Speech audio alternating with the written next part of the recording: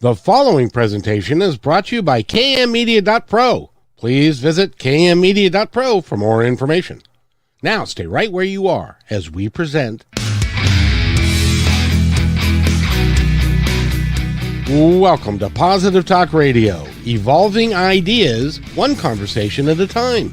Great guests, dynamic stories and interviews, plus new thoughts on a wide range of topics and concepts. I hope that you'll hang with me, Kevin McDonald, my friends, and of course, you. As together we work to understand why we are all here and what we can do to make our world a better place for all of us. To be happy, be kind, and live in peace together. Yep, that's Positive Talk Radio.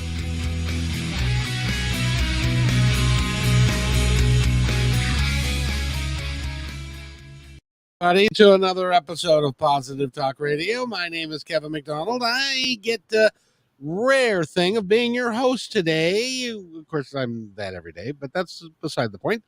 We've got a great author with us today. Her name is Mary Kay Savarese, and I said that right this time, didn't I? Perfectly. Love it. Oh, good.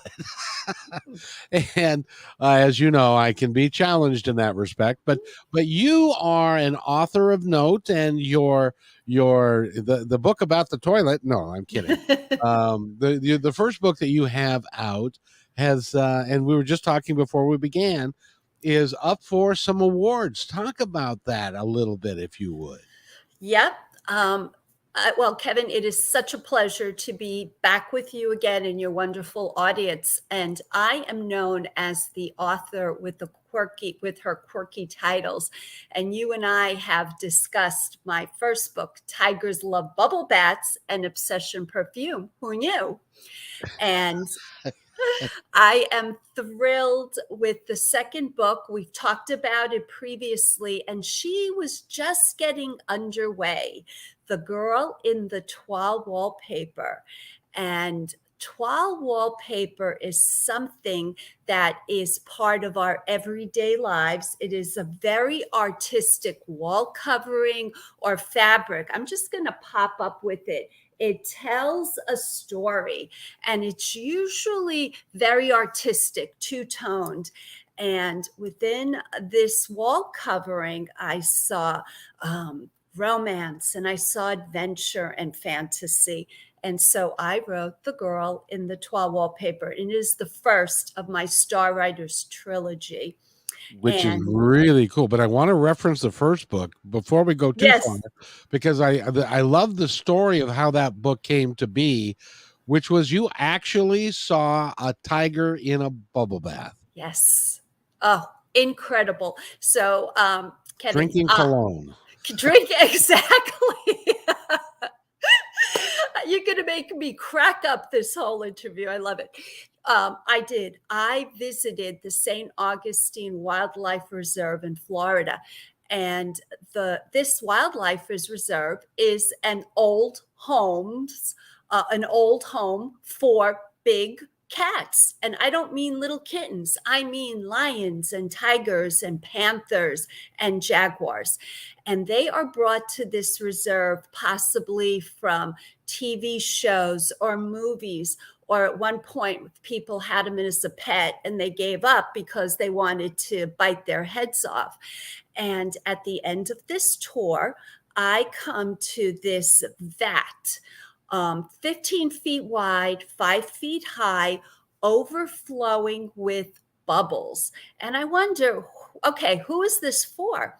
And out saunters this incredible creature, a 600-pound Siberian tiger, walks across the plank, looks as though he's taking off his robe, and he slips into this bubble bath and sticks his tongue out. And the wildlife handler, she's on a ladder. There's a very thin cage between them, as there is between the people like us that are standing there watching this tiger in the bubble bath. And he just sticks his tongue out, and she sprays Obsession perfume on his tongue, and he lapped it up like crazy. And Kevin, I said to myself, that is the title of my next novel, Tigers Love Bubble Baths and Obsession Perfume. Who knew? And I wrote a murder mystery intertwined with a supernatural or spiritual twist around that. It always amazed me because the titles that you come up with are, who knew that was going to be a murder mystery?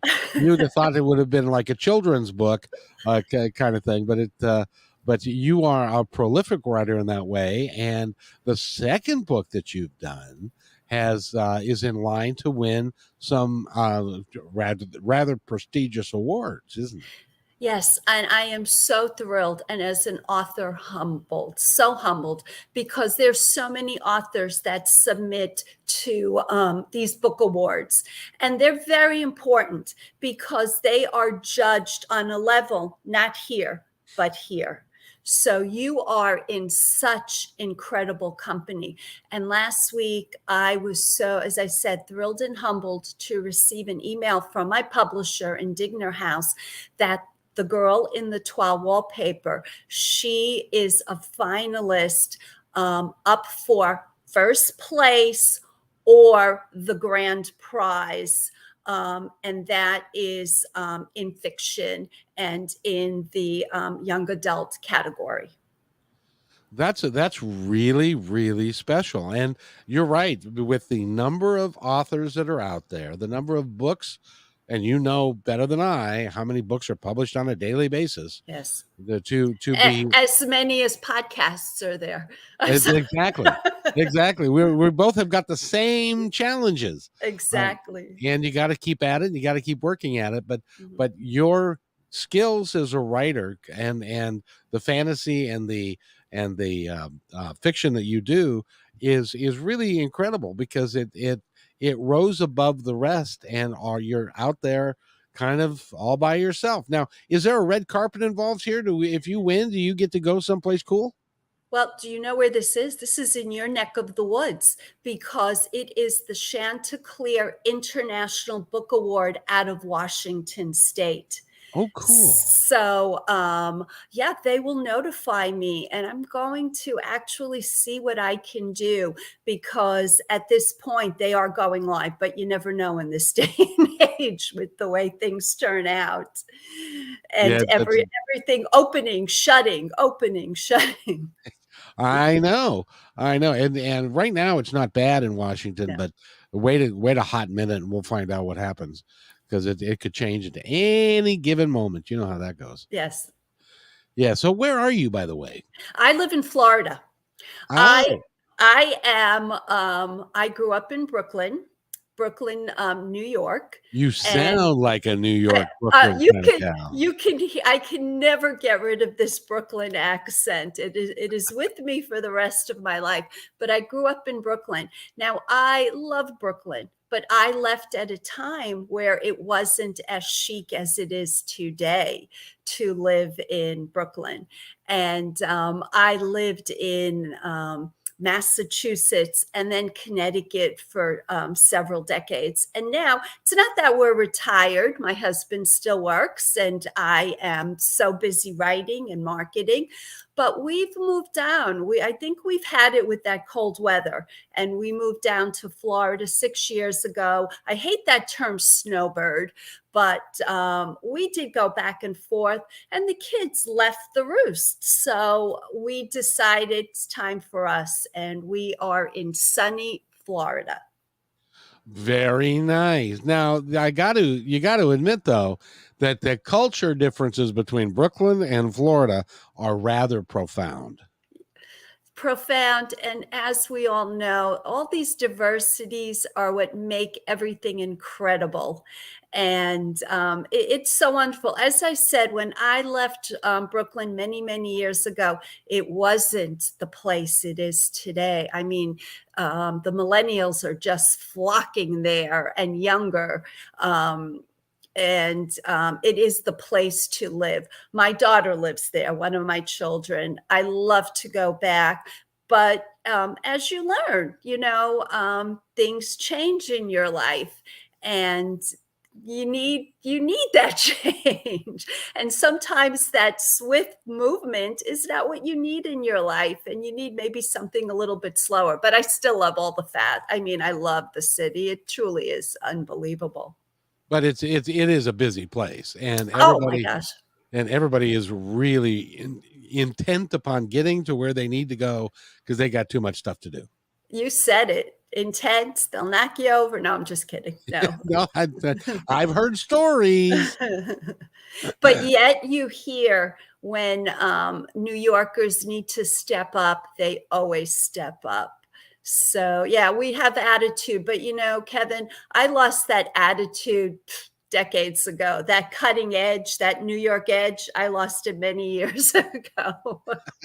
Well, and it has served you well, because in Florida it's a little bit more relaxed, but it would be nice to have a nice smile on your face when you talk to people and stuff like that. Yeah. So that would be really cool, and you do all that. So now tell me about, you've got a trilogy. Yes.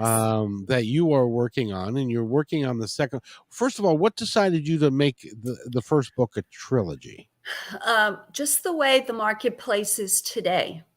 My first book was a standalone book, small publishing house.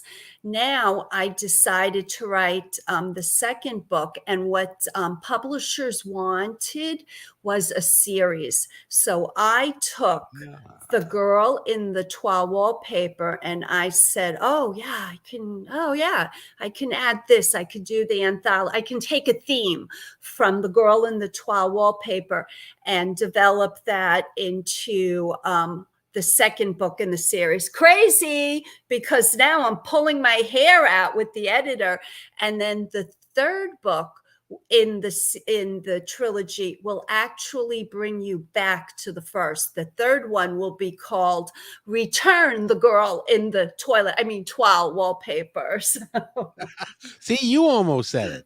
No, I say it because I always get a laugh out of you, because you always needle me with that. I love it. Yes, indeed. Well, the interesting thing about that is because of the Twal wallpaper. Did I say that right? Perfectly. Yep. Okay.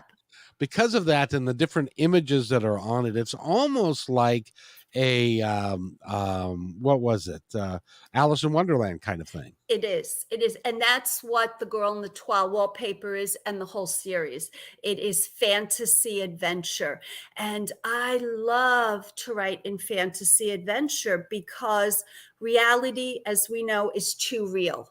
So I love to bring my readers, just take you out of your regular life and sit you down with something that takes you out of that and puts you into a fantasy world. But what does that say about me? I'm trying to get out of reality too myself, and to just create these characters and this fantasy world is it's a blessing, because it keeps me going. I want to wake up every day and just get to it, and just keep writing at it. Well, as you and I have discussed in the past, that this world needs a little bit of diversion. If you watch the news too much, if you see all the negative things that are going on in the world, a nice fantasy novel is great to be able to sit down and relax and not deal with necessarily reality, but to deal with some fantasies and we all have fantasies. That's we do. Yes. And so it's great fun. But when you're developing that, you must have a unique mind to be able to come up with fanciful things and phrases and storylines and things like that. Where did you come up? Where did you learn that trait, or was that just a natural occurring phenomenon with you? Well, as you can see, the first thing that I begin with is something in my life has brought me to that quirky title, like the tigers with the bubble baths. Who would have come up with that title if I didn't see it in real life? Right. And then I would think, what can I do to make this into a story, an interesting novel? And the same thing with the Twal wallpaper. I loved it so much I couldn't even sell my house in Connecticut because I had the Twal wallpaper in practically every room. They didn't. They said to me, "Take down that wallpaper. Nobody's going to buy your house." But I just loved it so much. And I would walk by this particular one because to me it is art. And I would see, and you can have anything contemporary, old fashioned, whatever. I would see this girl in there dancing and with other people. And I said, boy, she's doing something. There's romance there. There's betrayal. And that's where the idea comes from. The title comes first. Then it's like, oh, can I make this into a fantasy adventure?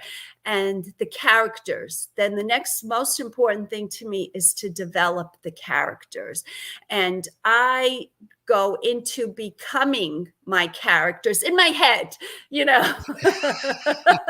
Yeah, no, not, I get it. Yep. not that I walk around, although my husband might love it if I show up as the protagonist one second and the antagonist the next. But in my head and on paper, you have to create these characters and build the world around them. As they say, like actors, what is their motivation to exist, to be, to deal with things? And then I think, and then I don't have that middle yet. I have an inkling for where it might go and where it can end. But I can tell you one of the most incredible things and what I love so much about being an author, the marketing part is crazy.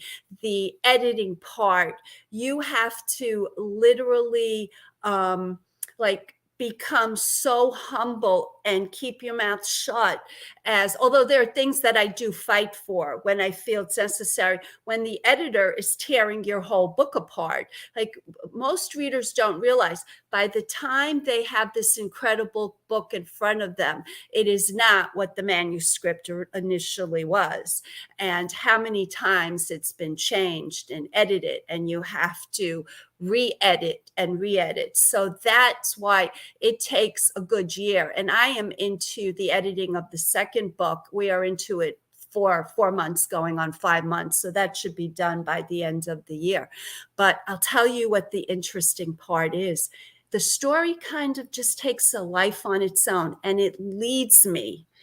As a writer, people say, how do you what happens if you can't write? And I always say, sit down, write one sentence. And that one sentence becomes 2 and 3. You have a paragraph, and those paragraphs become a page, and they give you energy, and they take you to the next part of that story. And that's what fascinates me about writing. Well, it's interesting. Are you familiar with a little group out of Liverpool? They were called, let's see, the Beatles. That's John Lennon was in a secondhand bookstore one time, or a secondhand store, and he saw a poster, and the poster said, "For the benefit of Mr. Kite." And so he bought that, and then he built a song based upon the poster and what was in the poster, kind of like what you're doing with the wallpaper. So you're picking things out of the wallpaper and as far as what she could do, and then you decide what she could do, and then you build a whole book around that. That's phenomenal. That's really good. No, I love it. We're aging ourselves with the Beatles, but they are still with us today. It's amazing. And I am always amazed at their creativity. But you're right. And there are times I listen to their songs and I say, what the hell are they talking about? So I hope people don't say that about my writing, right? No, you're an award. Wear this crown for a while. An award-winning writer. How does that feel? Humbling. I am humbled and I am thrilled.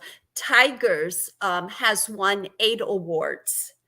And The Girl in the Twal Wallpaper was just published the end of 2021. So we start submitting the beginning of 2022, and the awards are starting to come out now. So the cover has won for its award because it's such a beautiful cover. These are different Twals, and this is a piece of art in itself, just the hardcover book and the soft cover.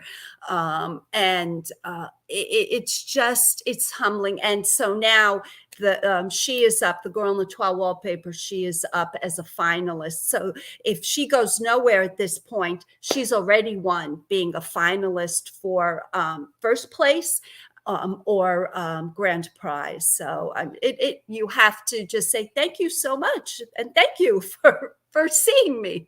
Well, it's like with the Oscars or anything else. You can get nominated, but you might not win. But the key, and if you talk to actors that have been around a while, the key is getting nominated, because Yes. that means that people they like your work, they like what you've done, and they're associating themselves with it. If that makes any sense at all. Absolutely. And, to me, being an actor, I think when I was younger, I used to think, oh, how hard could it be? It is hard to be an actor and to just their craft and just what they do with what they're given. To me, I have to applaud them. And one of the things, the secrets I was told by one of my editors to writing is, if you can see it in your head as a movie, that's going to be a big help to you. Oh, exactly. Now, and I was an actor when I was younger. I'm now acting like a podcast host. Never mind. But That's why you're so fabulous. well, thank you. I'll own that. But when you're doing a character, and you know that, first of all, you've researched the character and you know what you want to do, but then when you're on stage and you become that character, that's when the real acting comes out. And that's when because you cease to be acting. It's just like when you are looking at your book and you're delving into the character, and you're actually becoming that character, so that you can flesh out what their motivation is and why they're doing what they're doing, and they have a whole background story, I would imagine, and at least in your head, and all of that. That would be that's a real art to be able to come up with that. That's not easy. I've been toying about writing a book in my own mind, and what I'm going to do is write a autobiography of stories of my life. Okay. I think that's why not? Yes. Well, I got over, so far I've got 60 stories. Some are funny, some are tragic, some are tragically funny, and stuff. So, but I could no more write a fantasy novel than Fly to the Moon. I just couldn't do it. I don't know how. I love your ideas. The Many Lives of Kevin McDonald. I love it. Yes, including the time that I was hung by my neck when I was 10. To when I was a boxer and I went and fought at a penitentiary. I wasn't in the penitentiary, mind you. I went to visit, and then I got my ass kicked, and just various stuff like that. So, and always with a message as to one of the messages would be, never go to a penitentiary to fight an inmate, because that's all they do is train all day. And they're mean. So it's not a game, it's real life, and stuff. But it's amazing what you're able to do. Now, I know you're editing the second book. Have you already mapped out the third book, or is that still rattling around in your head? No, the third book, I am almost halfway through with the third book, because we are, it just takes a lot of time to edit a book. So I do work with my editor once a week, and we spend hours, and she's incredible. She goes line by line and just literally just said, nope, no good. But it's amazing. She takes what I do, massages it, moves it around, And it's amazing. I mean, I only have the most highest regard for editors. Anybody out there that never hate your editor, they are there to make you shine. And they are just incredible people, and they work very, very hard to make your book an incredible piece of art. I can't imagine being so detail oriented and that you are willing to go on to like a 300-page book? Yes, and basically we look at about like a 325-page book, which is about, in literary terms, you say 90,000 words. But I'm going to talk to you guys. I'm going to say 90,000 words. Yeah, 328 pages. And she's going line by line. We work together line by line.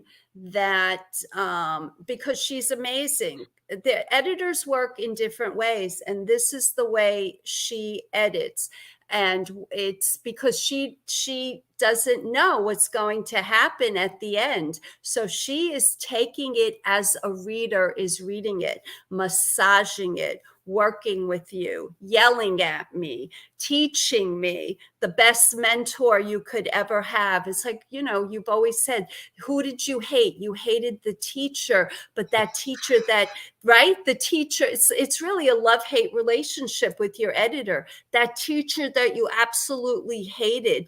And what did they do? They taught you the best things ever, right? And you always remember them and love them. And that's where I am with my editor. Absolutely love her, but she's a tough cookie.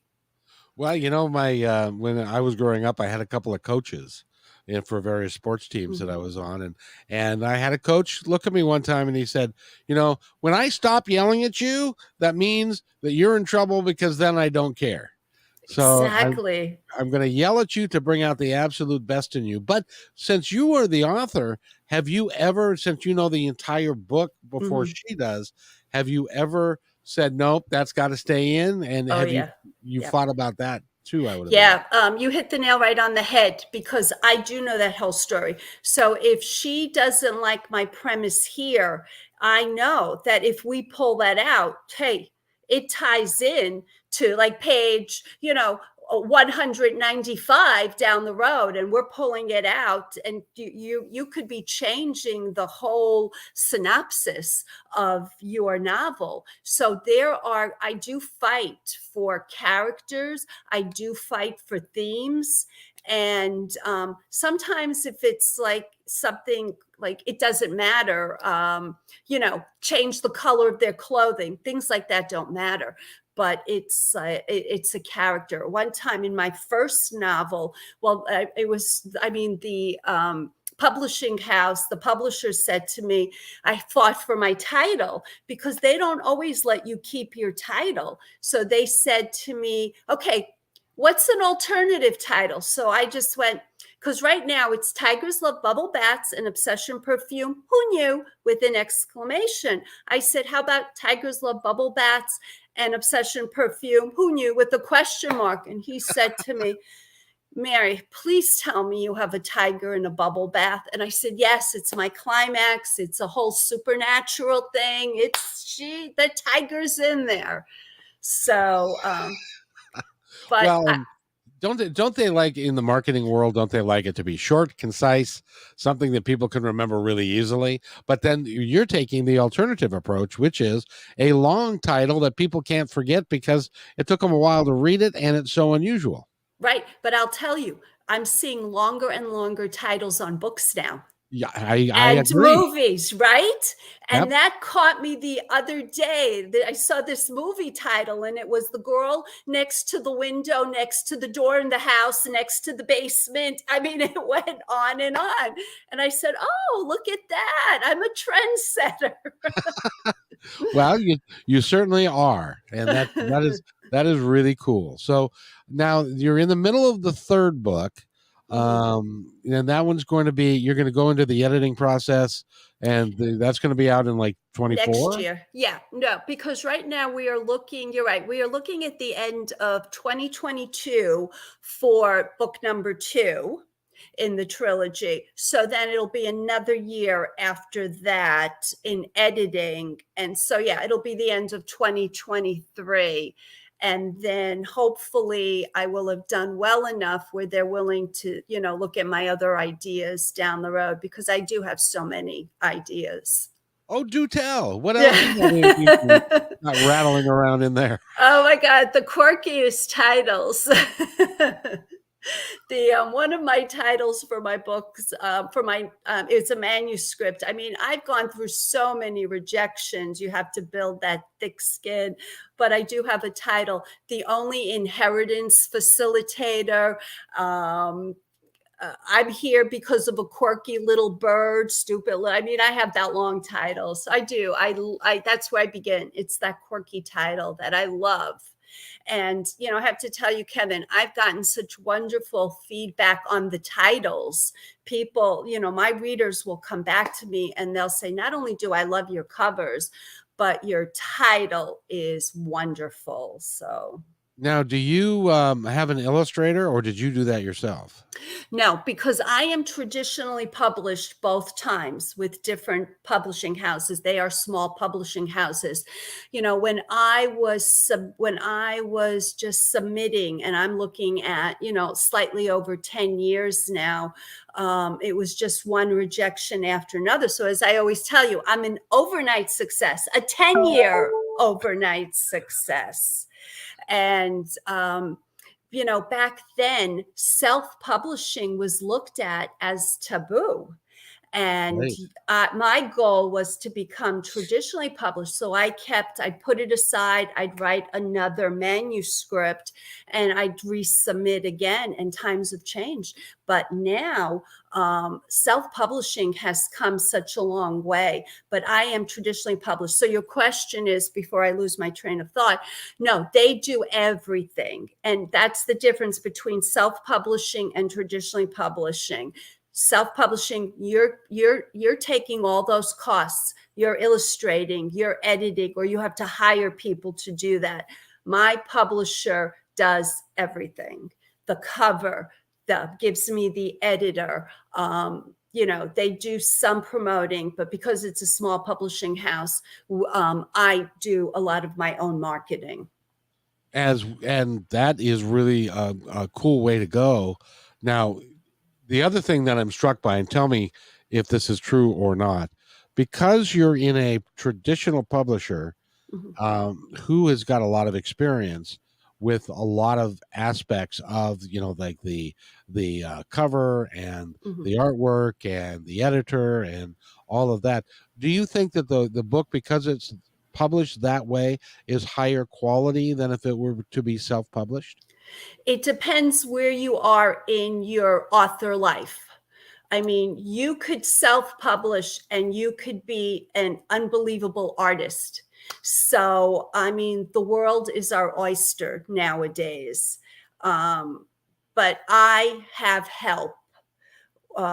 They do all of that work for me in the sense of putting the product together for the marketplace. I think it's very hard to self-publish because you really have to wear all those hats. But some people do it beautifully. I personally, it would be very, very hard for me, because I could write the manuscript, but then to that artistic, like I did not design the cover to the girl in the Twal wallpaper or the Tigers Love Bubble Bats. I mean, that was done by the publisher. So. Well, but what's interesting about that is because you've got a professional editor, and a lot of self-published books, they don't have the team around them. And so and they might get their brother-in-law to edit it or something like, so it doesn't come across the same way as fighting for every line, for every sentence that's in your book. Right. And that's where the editor always says to me, when you do present it for an award, they will kill you if it's not top notch. For, the award committee, they won't even look at it if you come across that way unprofessionally. Whereas here they're trying to work with you to get you to be. And there are standards in publishing. I mean, the editing process is a whole unbelievable world in itself. You can't put a comma here if you do something here, and the dialogue tags. I mean, it's a whole culture, basically, to write a book. I was talking to a gentleman earlier who I'm going to have on the show later, not today, but another day. And he was telling me that he wrote a book, and it's around his specialty which is health. And he wrote the book. He wrote it in like 17 days, and he took it to an editor, and the editor brought it back. And he says, I swear there was a red mark every 5 words for the entire dialogue all the way through. Yep. And so he had to virtually rewrite the book. Yes. Because of the number of edits that were in that. That's what editors do. That is their job. And they are schooled in that. I mean, it is a degree. And there are books written on editing. So that's wonderful. And I don't write nonfiction. I only write in fiction and fantasy. I mean, I'm trying to escape reality all the time. Well, absolutely. Well, it's interesting that I could never be an editor, because that it is so. It's to me that's like being a mathematician or being an engineer. It's all down to the nitty gritty, and each word, each line has a phrase, and stuff, and it's very time consuming. It takes a long time. And so therefore it's very expensive, right?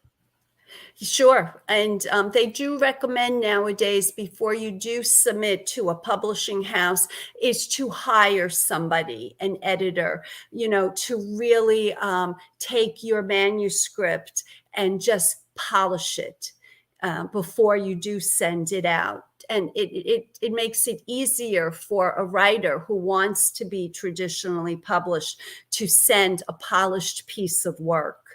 So it's worth the investment. And you don't have to spend, I mean, you can get somebody that's very good, and it doesn't have to be exorbitant. Oh, well, that's good. Yeah.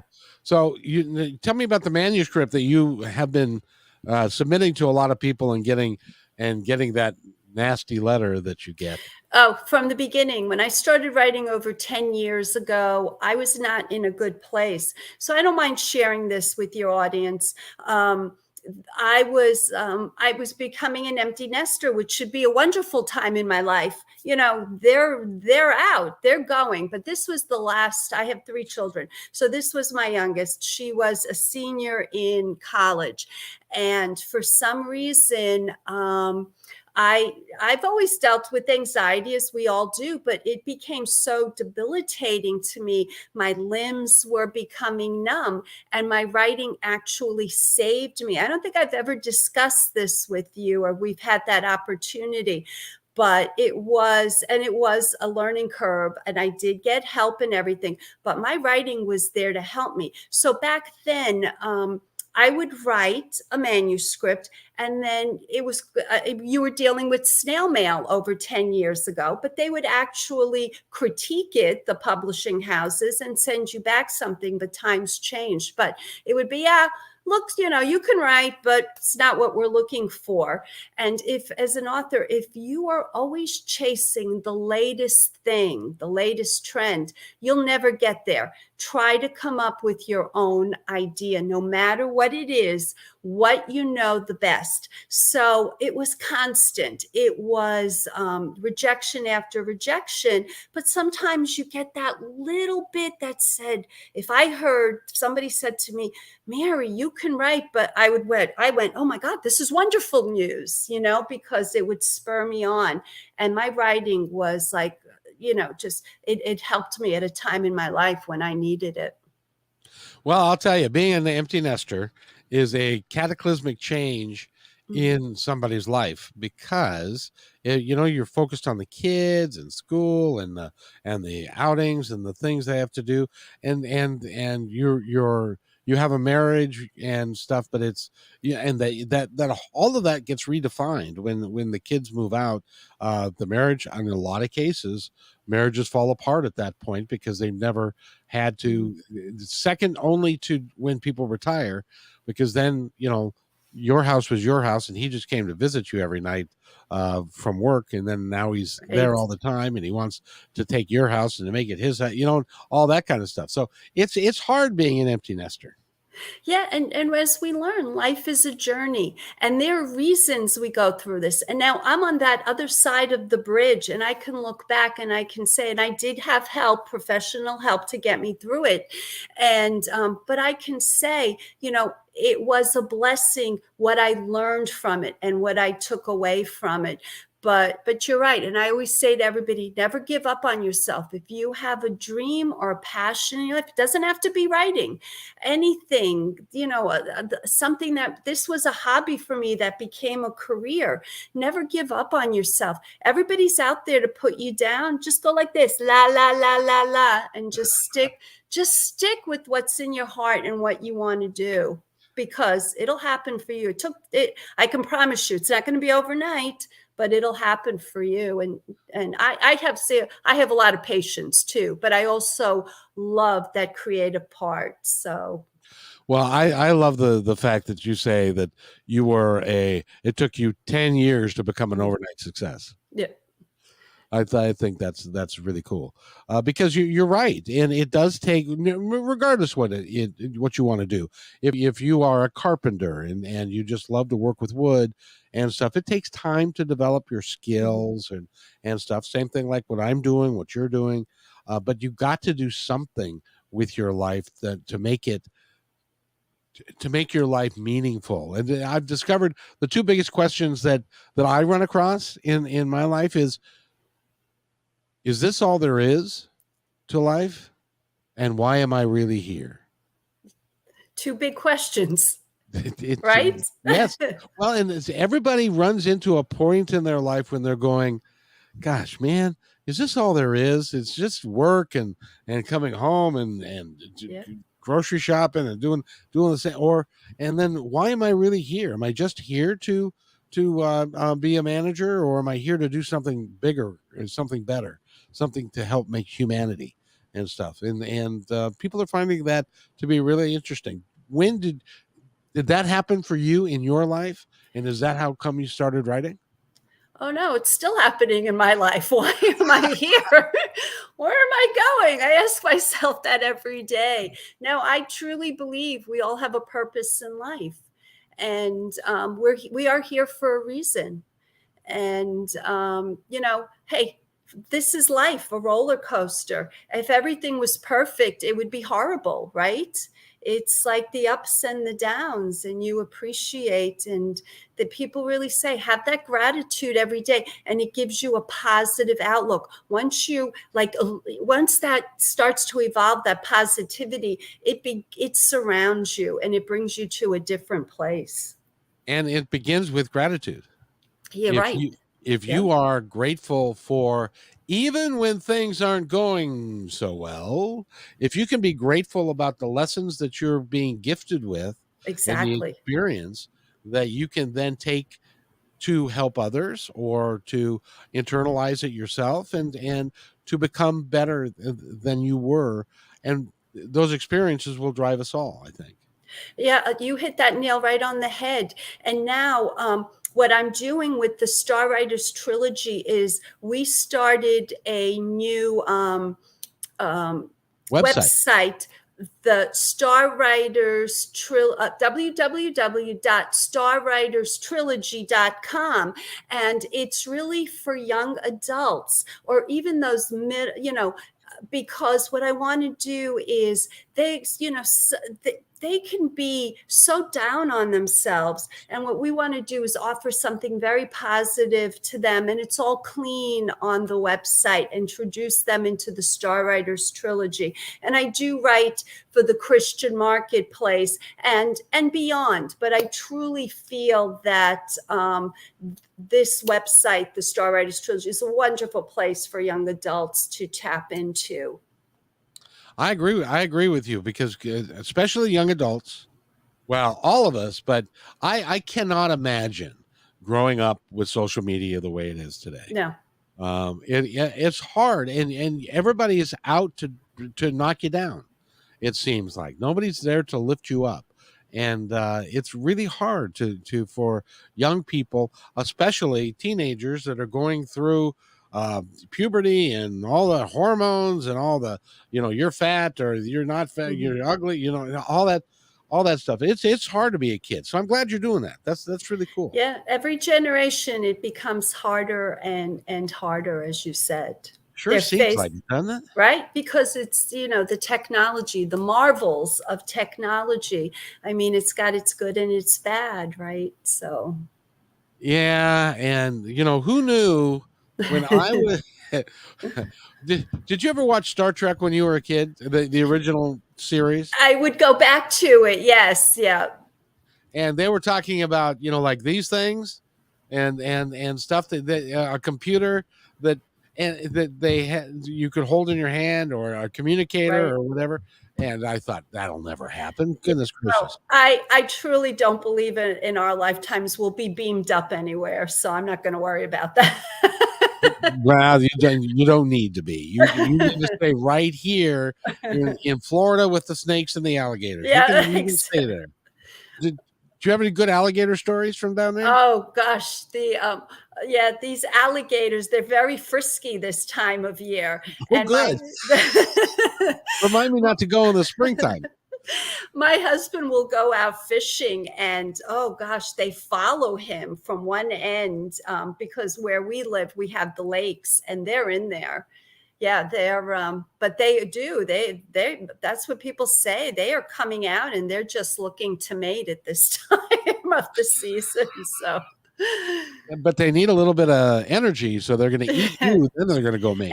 and the dogs and right Oh. and the creatures, but Oh, that would, and now you've got Mr. Python, who is, and those snakes that are there that weren't there before. So, right. well, I hope that you are safe where you are. I think so, or I just run the other way. So what's it like when he's going fishing and he sees these two eyes floating behind him, going, "When are you going to stop soon? Are you going to stop? Well, my husband's Italian. He gets aggravated. He's like, "Would you leave me alone already?" Oh, I tell you. So yeah, that's why I live in Seattle, Washington. We don't have any of those. No, but that's a beautiful part of the country. I think at one point we had discussed my oldest daughter had biked across the country and she ended up in that part of the world and they raise money for Bike and Build. And they're starting again, after this whole COVID thing, they were shut down, but they're starting again in like this week or the following week. And they raise money for affordable housing. But I ended up visiting her. It was in your part of the world and it's beautiful there. It really is. The wineries are unbelievable. Oh, it is. I have to tell you a quick story.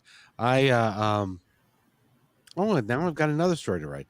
I worked for a company out of Arkansas for a number of years. It was a chicken company. And so a number of the guys, they all lived in Arkansas. And in Arkansas, for those of you that haven't been there, they've got something called ticks, which we have some in the mountains, but not very many. They've also got something called a chitter. Yeah. And it is a little bug that gets underneath your skin. And you have to take a bleach bath to get rid of them, kind of thing. Oh my! And so a couple of guys, they flew up to Portland, and I met them there in a rental car and drove them up to Seattle. And of course, even on I-5, it's green with evergreen trees all over and stuff. And one guy looked at me and he goes, "You mean to tell me that in them there woods there aren't any chiggers or any ticks and stuff like that?" And I said, "Nope, we're good here." And I said, "Dang, I'm gonna have to move here. This is much better than down there." And it wasn't like it's like 95 and humidity is 95 down there and all that. I don't know. Yeah. I don't know. Now Florida's not that bad. You are. Well, I am going to find out. I mean, I will be here the whole summer, so I'm going to really experience Florida, as people tell me, at its worst. It's at its hottest.